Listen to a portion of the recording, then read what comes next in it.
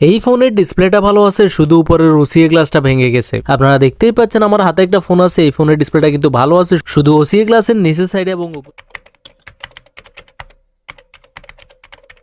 Side দুটো ভেঙে গেছে। সো আমরা এখন এই ফোনটার ওসিএ গ্লাসটা চেঞ্জ করে দিব ডিসপ্লেটা ভালো রেখে। সেজন্য আমরা প্রথমত ফোনটাকে খুলে ফেলেছি সুন্দরভাবে। খুলে ফেলার পর ফ্রেম থেকে ডিসপ্লেটাকে আলাদা করেছি, আপনারা দেখতেই পাচ্ছেন। এন্ড এই সমস্ত কাজ করতে গেলে অবশ্যই কাস্টমার থেকে ফোনের রিস্ক নিয়ে নেবেন, কারণ এই সমস্ত কাজ করতে গেলে অনেক সময় ডিসপ্লে চলে যায়। সো অনেক ক্ষেত্রে কাস্টমারকে বোঝানো সম্ভব না, সেক্ষেত্রে অবশ্যই কাস্টমার থেকে রিস্ক নিয়ে নেবেন। তারপর সেপারেটর মেশিনের উপর খুব সুন্দরভাবে আমরা ডিসপ্লেটাকে রেখে দিয়েছি এবং আমরা তার দিয়ে খুব সুন্দরভাবে ডিসপ্লেটাকে সেপারেট করে দিয়েছি টাচ থেকে। ডিসপ্লে সেপারেট করার পর সবচেয়ে কঠিন বিষয় হচ্ছে ডিসপ্লের উপরে যে আঠাগুলো আছে সেগুলো ভালোভাবে ক্লিন করা। এই কাজটা করতে গিয়েই সবচেয়ে বেশি সময় ব্যয় হয়। আপনারা দেখতেই পাচ্ছেন আমি অলরেডি কিন্তু ডিসপ্লেটাকে ভালোভাবে ক্লিন করে দিয়েছি। এন্ড এখন আমরা চেক করে দেখবো যে আমাদের ডিসপ্লেটা ভালো আছে কিনা, কারণ এই সমস্ত কাজগুলো করতে গেলে অনেক সময় ডিসপ্লের মাঝখানে লাইন চলে আসে বা ডিসপ্লেতে সমস্যা হয়ে যায়। সো ফোনটা চালু করার পর আপনারা দেখতেই পাচ্ছেন আমাদের ডিসপ্লেটা কিন্তু খুব সুন্দরভাবে চলে এসেছে। ডিসপ্লেতে কোনো প্রকার দাগও পড়ে নাই বা ডিসপ্লেতে কোনো প্রকার সমস্যাও হয় নাই।